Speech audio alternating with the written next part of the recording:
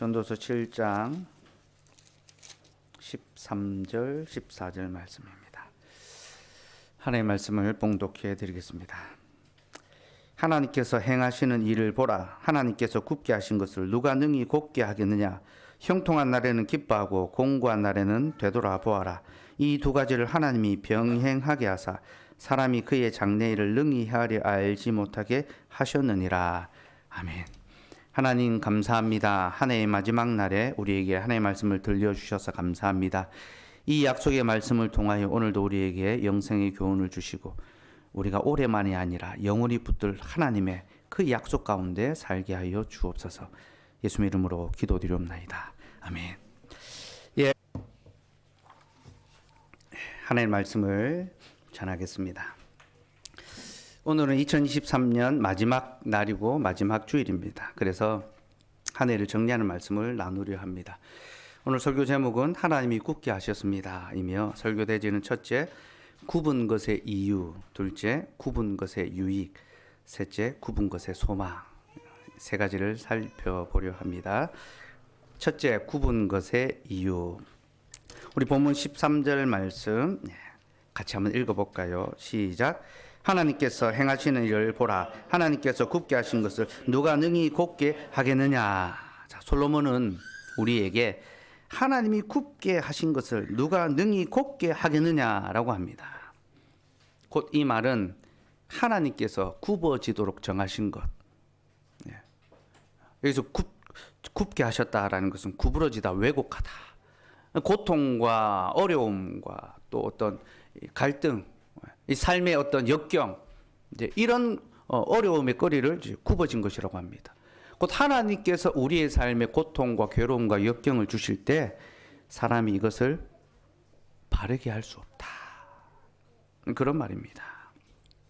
솔로몬은 하나님께서 우리에게 왜곡된 일을 행하셨고 그런 말미암아 우리에게 고통과 아픔을 주셨다. 그렇게 말합니다. 그럼 여러분, 하나님께서는 왜 우리에게 왜곡된 것을 주셔서 고통과 아픔이 생겨나게 했을까요? 남편과 아내 사이에도 갈등이 생기고 부모와 자식 사이에 어려움이 생기고 이웃과 이웃 사이에 미움이 생기고 그죠? 원수된 자들이 생기고 속이는 자들이 나오고 강포한 자들이 포악한 자들이 빼앗고 속이고 사기치고 왜 이런 일들이 일어나게 하실까요? 그 이유를 알려면 우리는 창세기 3장으로 가야 합니다. 창세기 3장 1절에서 3절 한번 볼까요? 창세기 3장 1절에서 3절 같이 읽읍시다. 시작. 그런데 뱀은 여호와 하나님 지으신 들짐승 중에 가장 강교하니라. 뱀이 여자에게 물어 이르되 하나님이 참으로 너희에게 동산 모든 나무의 열매를 먹지 말라 하시더냐. 여자가 뱀에게 말하되 동산 나무의 열매를 우리가 먹을 수 있으나 동산 중앙에 있는 나무의 열매는 먹지 너희가 죽을까 하노라 하셨느니라. 아멘. 하나님께서 처음 주신 세상은 왜곡되고 구부러진 것이 하나도 없는 선하고 좋은 세상이었습니다. 모든 것을 마음껏 기쁘게 누릴 수 있는 그런 나라였죠. 하나님은 인간에게 고통이 아니라 복을 주셨습니다. 구부러진 것이 아니라 바른 것을 주셨습니다. 그런데 뱀이 그 동산에 와서 하나님의 말씀에 관해 물었을 때에 여자가 어떻게 합니까? 하나님의 말씀을 왜곡시켰습니다. 그죠? 하나님은 선악과를 먹지 말라. 먹는 날에는 너희가 반드시 죽으리라 라고 하셨는데 여자는 이 말씀에 자기의 생각을 덧붙였습니다. 왜곡시킨 거죠. 자기 생각을 첨부했습니다. 그래서 너희는 만지지도 말라. 너희가 먹는 날에는 죽을까 하노라. 여자는 하나님의 말씀에 자기의 생각을 덧붙임으로 하나님의 말씀을 왜곡했습니다. 여러분, 우리 하나님은 바르고 선하고 좋은 세상 우리에게 주셨는데 인간이 그 하나님의 바르고 좋은 것, 선한 것을 구부러뜨렸습니다. 왜곡시켰습니다. 비틀어 버렸습니다. 그래서 하나님이 어떻게 하십니까? 자신의 말씀을 왜곡한 사람에게 인생의 왜곡된 것들을 허락하심으로 왜곡의 대가를 치르게 하시는 거죠. 죄와 비참을 담당하게 하셨습니다. 16절에서 19절 말씀. 16절에서 19절 같이 읽읍시다. 시작.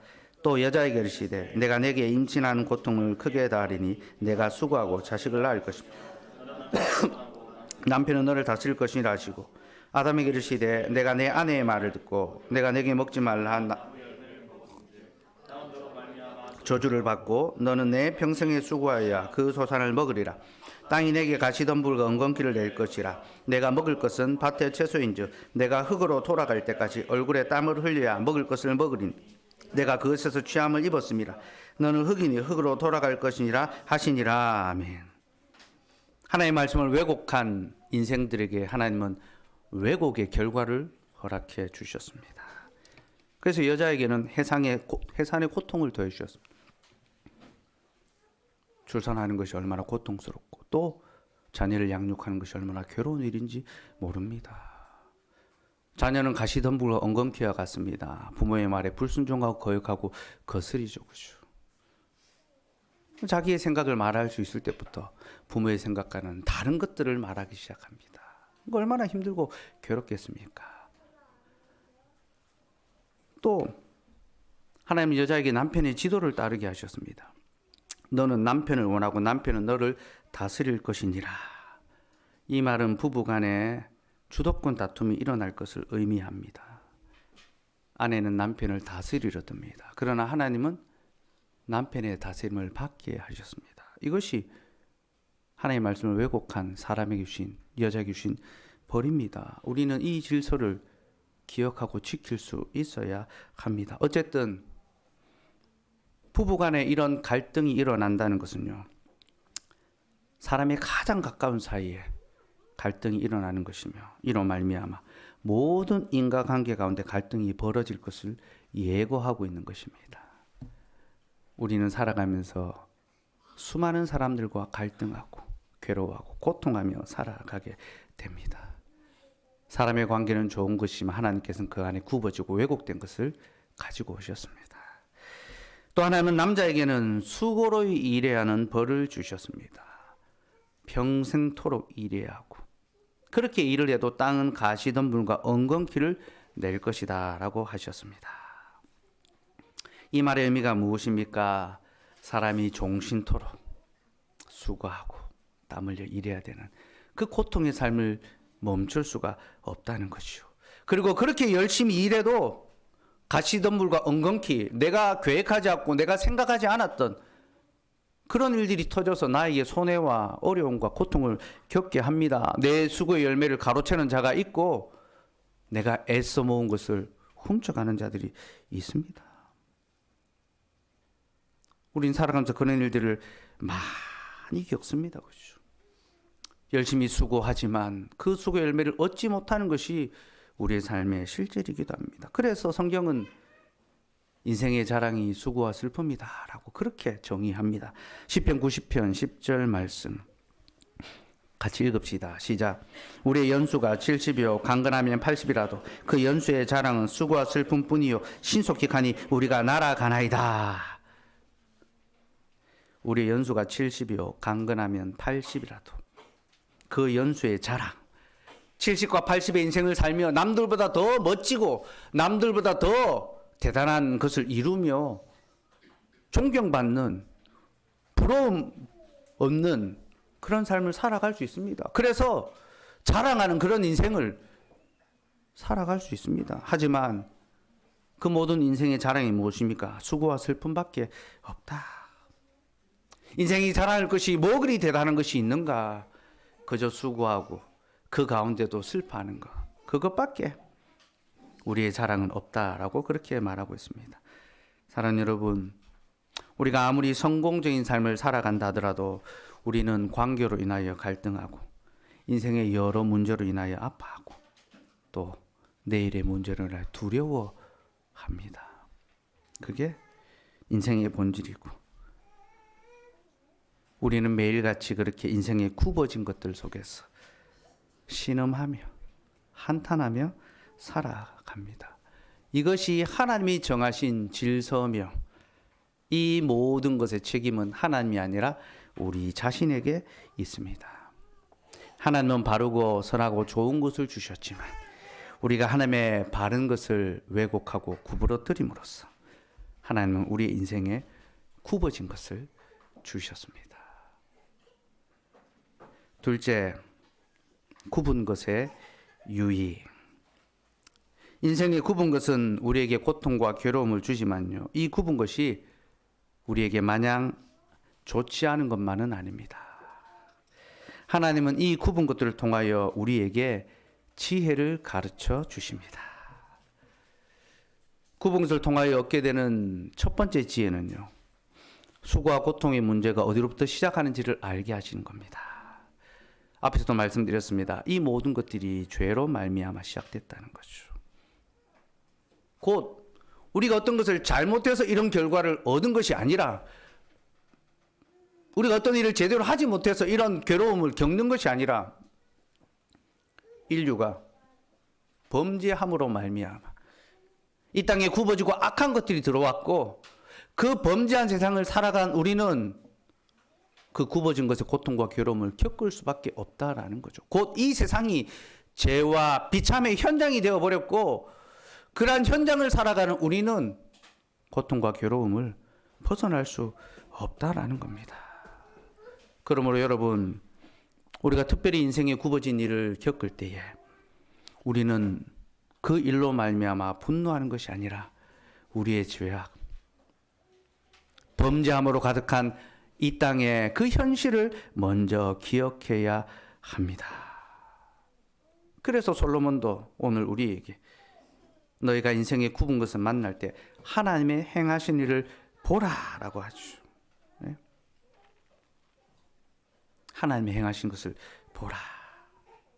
곧 자신의 인생의 실패와 좌절과 고통 가운데 이 모든 것의 시작이 어디로부터 시작했고 하나님의 뜻이 무엇인지를 되돌아보라는 거죠. 특별히 솔로몬은 우리에게 고통 중에 분노하지 말라라고 권면합니다. 9절 말씀 한번 볼까요? 다시 전도서로 돌아왔어요.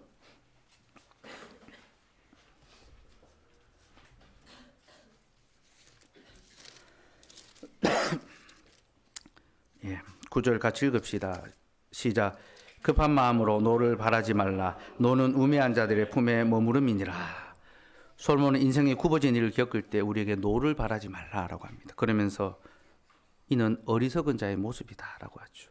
여러분, 왜 분노하는 것이 어리석은 자의 모습입니까? 이는 곧 자신을 돌아보지 아니하고 상황을 탓하는 것이기 때문입니다. 여러분, 화를 낸다는 것은요, 나는 잘못한 것이 없다라는 겁니다. 예, 우리가 뭐 자동차 접촉 사고 나면 어떻게 합니까? 먼저 화부터 내고, 나는 잘못하기 없는데 당신이 잘못했지 않느냐. 우리는 어떤 어려움, 실패를 겪을 때 그 일로 말미암아 화를 먼저 냅니다. 내가 잘못한 게 없는데 내가 이 일을 당했다, 그렇게 생각하는 거죠. 그래서 다른 사람을, 또 그 상황을, 그 문제를 탓합니다. 그죠? 하지만 여러분, 우리는 부당한 일을 당하여도 분노하기 전에 먼저 자기 자신을 돌아보아야 합니다. 그리고 그 스스로를 돌아봄을 통하여 이 모든 고통과 괴로움과 부당함의 문제가 우리의 죄로부터 말미암았고 범죄한 세상이 죄악의 부조리한 구조 위에 서 있다라는 것을 깨달아 알아야 합니다. 곧 정직한 자가 손해를 보고 착한 사람이 무시를 당하고 성실한 자가 뒤통수를 맞는 것은요, 이 세상이 악의 구조 위에 서 있고 강포한 자들이 의인들을 괴롭게 하기 때문이죠. 그래서 우리가 굽어진 일을 당하고 고통을 겪게 되는 겁니다.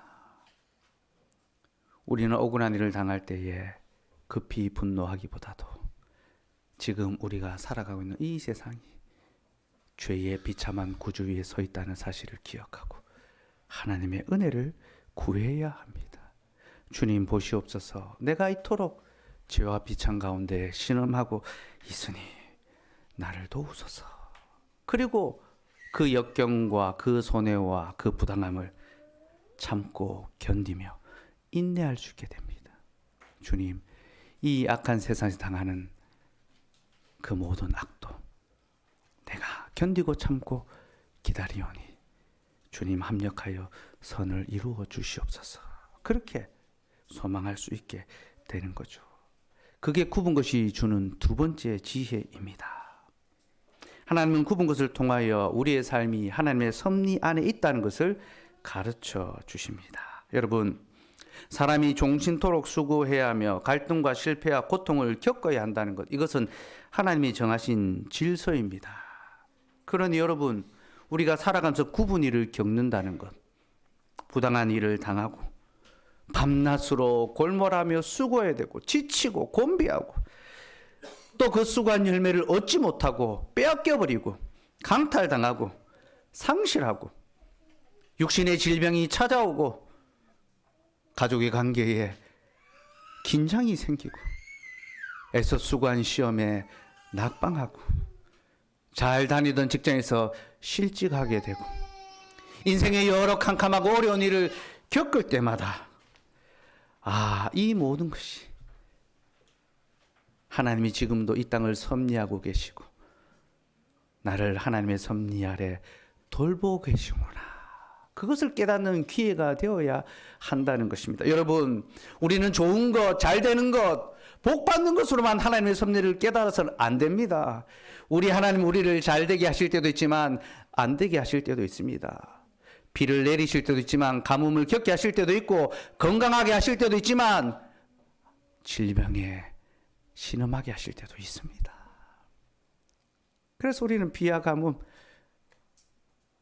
가난함과 부함, 그 모든 것이 하나님의 섭리로 말미암았다는 것을 깨닫게 되고 고백하고 신뢰하게 되는 거죠. 그러니 여러분, 우리가 인생의 굽은 일을 당하고 많은 아픔과 상처와 실패 속에서 한탄하며 눈물 지을 때 하나님 나를 왜 이렇게 힘들게 하십니까? 그저 한탄만 하지 마시고 주님 나의 삶에 이렇게 고통과 괴로움과 질고가 있는 것을 보니 하나님의 섭리가 내게 미치고 있군요. 그 사실을 깨닫고 더욱더 하나님의 섭리를 굳게 믿고 신뢰할 수 있기를 소망합니다. 그리고 환난 중에도 우리를 붙드시는 하나님의 섭리를 신뢰할 때 우리는 비로소 그 모든 인생의 고통과 괴로움을 견디고 인내하고 감사할 수 있게 됩니다. 하이델베르크 요리문답 28문 우리 같이 문답해 봅시다. 하나님께서 모든 것을 창조하시고 섭리로서 여전히 보존하심을 아는 것이 우리에게 어떤 유익을 줍니까? 우리는 어떠한 역경에서도 인내하고 형통할 때에 감사하며 또한 장래일에 대해서도 우리의 신실하신 하나님 아버지를 굳게 신뢰하여 어떠한 피조물이라도 우리를 하나님의 사랑에서 끊을 수 없으리라 확신합니다. 모든 피조물이 완전히 하나님의 손안에 있으므로 그의 뜻을 거슬려 일어나거나 되는 일은 하나도 없습니다. 여러분, 하나님의 섭리를 믿는다는 것이 무엇입니까? 모든 것이 하나님의 뜻 가운데 일어나고 있다는 것을 신뢰하는 것입니다. 좋은 것이든 나쁜 것이든 기쁜 것이든 슬픈 것이든 복된 것이든 고통스러운 것이든 그 모든 것은 하나님의 섭리 가운데 일어나고 있습니다. 그러므로 우리는 인생의 굽은 일들을 당할 때 이 또한 하나님의 섭리 아래 있다는 것을 깨닫고 참고 견디고 인내할 수 있게 됩니다. 역경에서도 인내하고 형통할 때는 감사하고 장래일에 대해서는 신실하신 하나님 아버지를 굳게 믿고 신뢰하게 되는 거죠. 경제적 어려움이 해결되지 않고 점점 더 가난해지는 중에 있을지라도 사람이 떡으로 사는 것이 아니라 하나님의 말씀으로 삽니다. 그것을 고백하고 주를 예배하며 주를 위해 살기를 소망할 수 있는 것, 그것이 하나님의 은혜의 섭리를 믿는 자의 삶입니다. 오늘 솔로몬은 우리에게 바로 그 교훈을 가르쳐주고 있습니다. 여러분 14절 말씀 같이 읽읍시다. 시작. 형통한 날에는 기뻐하고 공고한 날에는 되돌아보아라. 이 두 가지를 하나님이 병행하사 사람이 그의 장래를 능히 헤아려 알지 못하게 하셨느니라. 형통한 날에는 기뻐하고 공고한 날에는 되돌아보라. 여러분 이것이 무엇을 의미합니까? 너는 하나님의 섭리를 믿으라. 형통할 때든 공고할 때든 주께서 너와 함께 하신다. 그러므로 형통할 때는 스스로 우쭐하고 자만하고 방탕하지 말고 감사하고 하나님께서 나에게 복을 주셨어. 내 인생에 잘되게 하시는구나.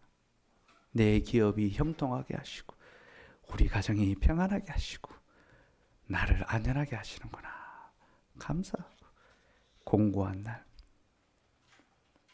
인생이 점점 더 위축되고 어려워져가고 물러설 수 없는 지경까지 몰려가는 그런 압박을 받을 때 그때도 잠잠히 돌아보며 하나님께서 우리에게 장래에 행하실 것을 기대하며 기다리라는 거죠. 예. 이것이 바로 하나님의 은혜의 섭리를 믿는 자의 모습입니다. 곧 하나님의 섭리를 믿는 자는 형통하든 공고하든 주께서 우리의 장래에 더 좋은 것을 주실 것을 믿고 기다리고 인내하고 견디는 것, 감사하는 것. 그것이 하나님의 섭리의 교훈입니다. 10절 말씀도 읽을까요? 10절 읽읍시다. 시작. 옛날이 오늘보다 나은 것이 어찌미냐 하지 말라. 이렇게 묻는 것은 지혜가 아니니라. 여러분 기가 막히지 않습니까? 솔로몬이 옛날이 오늘보다 나은 것이 어찌미냐 하지 말라. 이렇게 묻는 것은 지혜가 아니다. 무슨 말입니까? 내가 지금 어려움을 겪고 공고한 날을 당하니까 어제가 더 나았다. 지난 날이 더 나았다. 그렇게 생각할 수 있다는 겁니다. 그렇게 말할 수 있다는 겁니다. 하지만 그것은 지혜가 아니라고 합니다. 그럼 지혜가 무엇입니까? 하나님이 우리의 삶을 붙들고 계시고 그가 우리에게 더 좋은 것을 주시기 위하여 밤낮으로 쉬지 않고 일하신다는 것을 믿는 것입니다. 그게 지혜입니다. 비록 인간적인 눈으로 보기에는 내가 어제보다 못하고 작년보다 못한 삶을 살아가고 있지만 그러한 삶 가운데도 하나님의 구속 역사, 우리를 향한 구원 역사는 진전되고 있으며 주님 우리에게 오실 날은 가까이 다가오고 있고 하나님께서 우리에게 영원한 복락 주시기 위해 지금도 쉬지 않고 일하고 계시다는 겁니다. 그래서 이 하나님의 일하심을 믿는 자는 비록 어제가 나에게 더 좋은 날이었지만 하나님 어제가 더 좋았네요. 오늘은 왜 이렇게 힘들게 하십니까? 말하지 않고 하나님 오늘 공고한 중에 있지만 주께서 나에게 더 좋은 것을 주시기 위하여 오늘도 내일도 일하고 계심을 내가 믿습니다. 그렇게 고백하게 되는 거죠. 사랑하는 여러분, 우리는 살면서 후회를 많이 합니다. 지난 선택.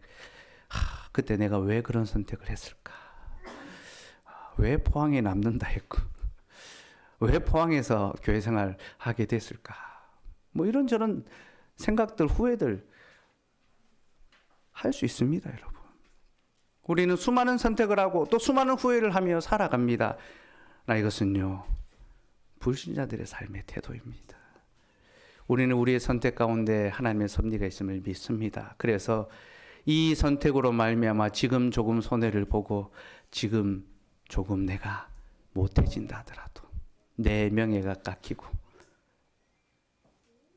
내 이익에 손실이 난다 하더라도 하나님께서 우리에게 더 좋은 것을 주시고 또한 우리가 더 좋은 것을 선택했다는 사실을 굳게 믿어야 합니다. 그러니 옛적이 오늘보다 나았다 그렇게 생각하지 않았으면 좋겠습니다. 올 한 해 우리가 어떤 일을 겪었더라도 하나님 우리에게 더 좋은 것을 주셨습니다. 사실 이 구절을 설교하면서 제가 우리 동인 형제 생각이 많이 났습니다. 그 일을 겪기 이전으로 돌아갈 수 있다면 얼마나 더 좋겠습니까? 그렇죠? 끊임없이 그런 선택의 어떤 후회와 또 고통이 밀려들 겁니다. 그렇죠? 그러나 여러분, 그렇지 않습니다. 하나님 우리에게 더 좋은 것을 주셨다는 것을 믿어야 합니다. 그 일을 통하여 비록 물질에는 손해를 받지만 우리가 결코 잃어버릴 수 없는 것, 곧 악한 자들이 우리의 손에서 결코 뺏어갈 수 없는 것이 있다는 것을 발견하는 것입니다. 예수 그리스도의 그 구원의 생명, 하나님의 영원한 약속은 그 무엇도 빼앗아갈 수 없는, 우리를 하나님의 사랑에서 끊을 수 없다. 그 어떤 피조물도 그것을 깨닫게 하시고, 어려움과 고통을 겪음을 통하여 진정한 위로가 무엇이고 나의 도움이 어디에 있고 나와 함께하는 자들이 누군가 깨닫게 해 주시는 거죠. 여러분, 이것이 더 귀하고 좋은 것입니다. 여러분, 인간적인 눈으로 보는 것이 아니라 하나님의 눈으로, 영적인 눈으로 볼 수 있어야 합니다. 우리 동현 형제가 최근에 이제 우리 그 형제들 단톡방에 이제 식사 이 카톡을 올립니다. 오늘 나랑 같이 밥 먹을 사람 있습니까? 그 카톡이 올라온 걸 보면서 참 감사한 마음이 들더라고요. 전에는 그냥 혼자 혼밥했는데 이제는 같이 식사하기를 바라는. 여러분, 그게 어떤 상실, 고통, 굽어진 것을 통하여 우리에게 주시는 유익과 은혜, 복락입니다. 내가 다 잃어버려도 결코 잃어버릴 수 없는 것이 있고, 복음의 약속과 주님의 교회와 함께 부름받은 주의 성도들, 그래서 땅에 있는 성도들은 하나님 주신 기업이다 했습니다. 하나님 주신 복이라 했습니다. 그 복은 내가 결코 잃어버리지 않는구나, 그 생각하면서 한 해를 정리하시고 내년을 바라보면서도 우리가 어떤 일을 겪는다 하더라도 주께서 더 좋은 것을 주신다 믿고 견디시기 바랍니다. 셋째, 굽은 것의 소망.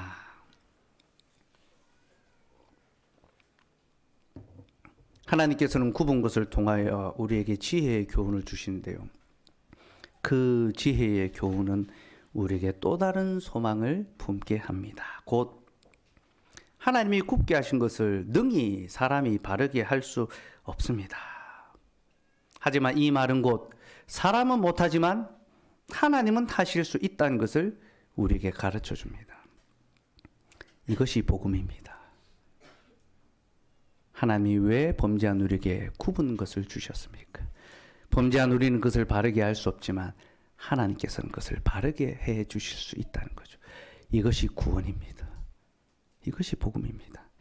디모데후서 3장 16절 말씀 같이 읽읍시다. 시작. 모든 성경은 하나님의 감동으로 된 것으로 교훈과 책망과 바르게 함과 의로 교육하기에 유익하니. 하나님의 말씀은 우리에게 구원 얻는 지혜를 더하여 주는데, 그 말씀은 교훈과 책망과 바르게 함과 의로 교육하기에 유익합니다. 여기서 이 바르게 한다, 이 바르게 한다는 것이요, 원어적으로 굽어진 것을 바르게 편다라는 뜻입니다. 저는 이 말씀이 전도서 7장 13절의 성취라고 봅니다. 하나님이 굽게 하신 것을 누가 능히 곧게 하겠느냐. 곧 하나님만이 우리의 모든 굽어진 것을 바르게 하실 수 있으며, 예수 그리스도가 우리에게 오셔서 우리의 굽은 것을 바르게 해주시는 거죠. 곧 하나님과 우리의 관계에 그 구부러지고 왜곡된 것을 바르게 하시고 회복시키시고 하나님과 영원한 교제를 나눌 수 있는 은혜를 더하여 주십니다. 그렇게 우리의 영혼의 구원을 베풀어 주시고, 그로 말미암아 우리 인생의 모든 굽어진 것을 하나하나 바르게 펼쳐 가십니다. 왜곡된 관계를 바르게 해 가십니다. 남편과 아내의 관계를 회복시켜 가시고, 부모와 자식의 관계를 복음 안에서 되돌려 주시고, 성도와 성도의 관계, 이웃과 이웃의 관계를 온전하게 회복시켜 주십니다. 그리고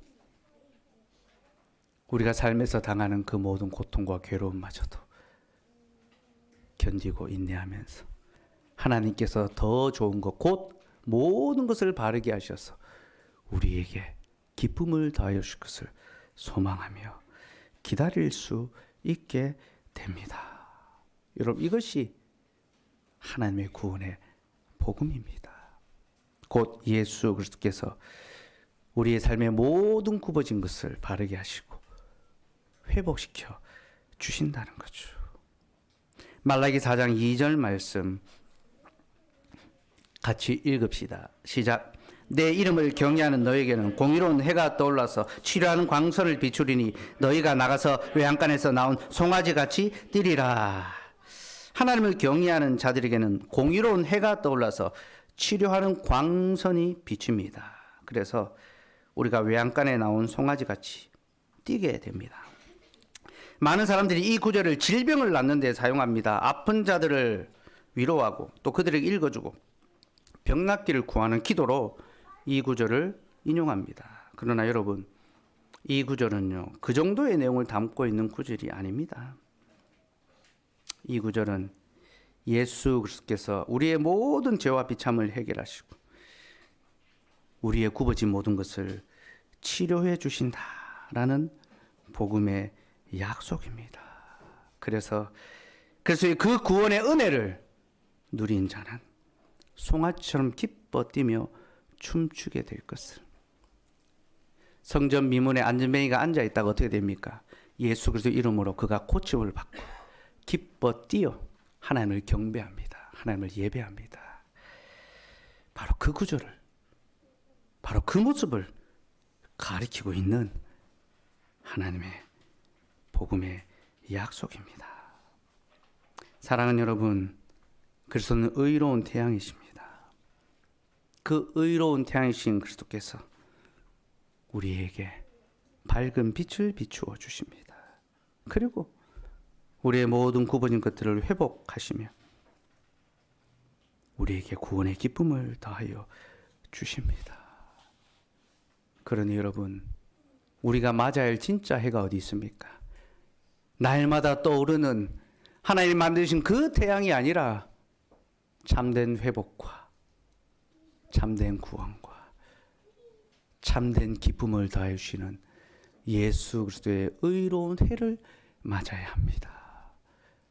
그 의로우신 해가 어디에 있습니까? 바로 교회에 있습니다, 여러분. 교회에. 교회는 그리스도의 의로운 해가 떠오르는 바로 그 자리입니다. 새해가 되면 사람들이 해를 보러 호미곶으로 몰려가지만 진정한 회복과 소망의 해는 호미곶이 아니라 교회에 떠오른다는 것을 기억하시기 바랍니다. 여러분, 예수 그리스도만이 우리의 유일한 소망이요 빛이시고 그분은 교회에서 그 얼굴을 비추시며 우리를 향하여 그 얼굴을 드십니다. 그리고 우리에게 그 모든 복을 더하여 주십니다. 진짜 해돋이 명소가 여러분 교회입니다. 여러분, 이렇게 좋은 해돋이 명소를 두고 우리가 어디로 가겠습니까? 여러분, 사랑하는 여러분, 올 한 해 그랬던 것처럼 새해 2024년도에도 매주일 교회로 나오셔서 그리스도의 의로운 해를 맞으시기 바랍니다.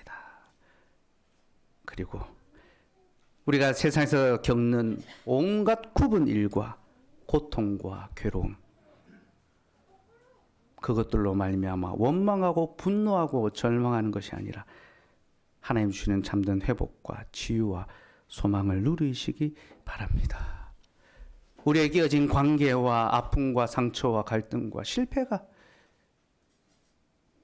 주님을 맞이함으로 아물어가고 회복되고 새살이 돋아나며 새로운 소망을 가질 수 있기를 바랍니다. 예수 그리스도를 맞아들이는 사람은요, 그 안에 모든 약함이 회복되고 그 안에 모든 구부러진 그 마음이 바르게 펴지며 그는 어둠에서 빛으로 절망에서 소망의 삶으로 나아가게 되어 있습니다. 고대 교회에 키프리아누스라는 선생님이 있었습니다. 이분이 했던 유명한 말이 있습니다. 교회는 성도의 어머니며 교회 밖에는 구원이 없다. 이 키프라누스, 칼빈이 이 말을 했는데 키프라누스가 원조입니다. 근데 키프라누스가 원래는 예수님을 안 믿었는데 예수님을 믿고 난 다음에 자신의 삶을 회고하며 이런 글을 남겼습니다. 내가 칠흑 같은 밤의 어둠 속에서 안주하고 이 세상의 험난한 바다에 이리저리 떠다니면서 의욕 가운데 그릇된 길을 가고 삶의 의미조차 모르고 있었을 때 나는 빛과 진리로부터 멀리 떨어져 있었다. 그때 나에게는 삶이 힘들고 어리석은 것처럼 보였다. 그러나 이는 바로 하나님의 자비가 나에게 구원을 약속하는 과정이었다. 이전에 나는 죄에 깊게 뿌리 박혀 있었다. 축제의 만찬과 풍성한 음식에 젖어 검소한 생활을 배울 수 없었고 금과 자주색의 값진 옷으로 나를 돋보이게 했으며 높은 직위와 명예를 추구했으며 교만에 부풀어 있었으며 분노를 불태우며 강탈하고 싶은 마음이 가득했고 폭력을 휘두르라는 야만의 충동을 받으며 정욕에 몰두하고 싶은 마음 등 온갖 유혹들이 집요하게 나를 따라다녔다. 하지만 중생의 물의 도움을 받아 지난날의 허물을 씻어버린 다음에는 위에서부터 오는 송량되고 깨끗해진 빛이 내 마음속으로 쏟아져 들어왔다. 내가 성령의 물을 흠뻑 받고 난 다음 두 번째 탄생이 나를 바꾸어 놓았으니 모든 의심은 묘하게도 사라지고 닫혔던 것이 열리고 어둡던 것이 빛나고 전에는 어렵게 보이던 것들이 쉬워지고 불가능한 것처럼 생각되던 것들을 행할 수 있게 되었다. 이제 나는 죄악에 젖어 있던 이전의 육적인 삶을 버리고 성령께서 주신 생기를 힘입어 덕스러운 삶을 살게 되었다. 의로운 해이신 예수 그리스도를 맞은 자는 이와 같이 살게 될 것입니다. 사랑하는 여러분, 새롭게 오는 한 해도 의로운 해 예수 그리스도를 이곳에서 맞이함으로 그리스도와 함께 새로운 삶을 살아가는 저와 여러분 되기를 소망합니다. 기도하겠습니다.